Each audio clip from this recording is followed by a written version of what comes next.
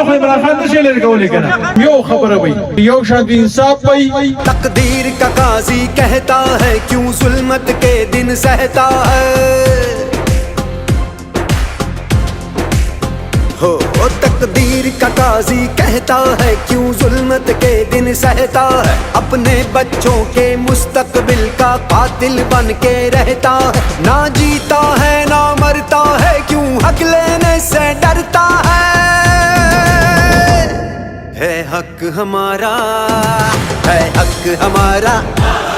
ہے حق ہمارا ہم لے کے رہیں گے ہم لے کے رہیں گے ہے حق دوستانو پی ٹی آئی نن خپل کانډیډیټس ودرولي دي ما او تا مونږ به خپل کانډیډیټس ته نه ګورو په دا کانډیډیټ خو بکیږي دي نه کانډیډیټس د ماپه قابلوم نه دي مونږ عمران له ووټ ورکوو دلته بناسي اوري با مونږ عمران له ووټ ورکوو ہمارا آزادی ہم لے کے رہیں گے انشاءاللہ دا ووټ په زور باندې به مونږ دا مقابله ګټو خاص د عمران خان د پاره به مونږ دا مقابله کوو څنګه چې هغه زمونږ د پاره لګیا دی آزادی ہم لے کے رہیں گے آزادی خان صاحب زمونږ د مرګ لپاره لګیا دی نو مونږ به د خان صاحب سره یو کېږو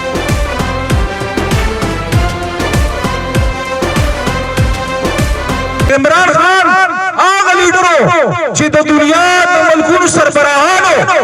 هغې به ورته ریکویسټ کوو چې زموږ سره تصویر وباسه بیٹے تو وہ رہی بڑا حال نے گھنٹا نہیں دا ملک کو نخلت تاسی چلی دا حج تاریخ دا دیش بڑی دا در اخلاصی دورت انہیں دفارا چونید اکبر دے دا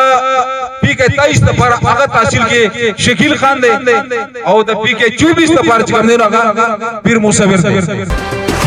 نعرہ تکبیر نعرہ تکبیر جنید اکبر دے داغا پا نشانه چې د نو هغه ریکټ او دا پیر مصور غازی چې کم دی نو هغه ټیمپیس دی لکه غړیال به لیکلی په پښتو کې در دوام ټیمپیس هغه ټیمپیس دی هر سړی به پیژني عظیم لیډر عمران خان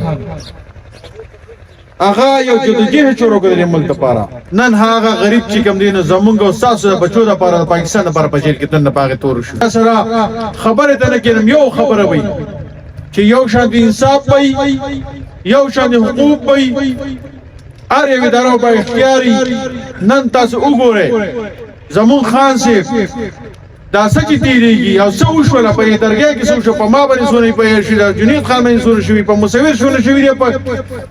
په شکیل خان سونی شوی په اپ باندې په ورکر سونی شوی دي د سړی د غلو خو عمران خان نشي لري کولی کنه دا غونه خو هم دادي د شکیل خان مصور او د جنید اکبر دا نخي دي یعقوب تاسو یعقوب خان پښنه پاڼه بچ کوم دی دا پیډرل چې کوم هغه نه خدا هغه د ریکټو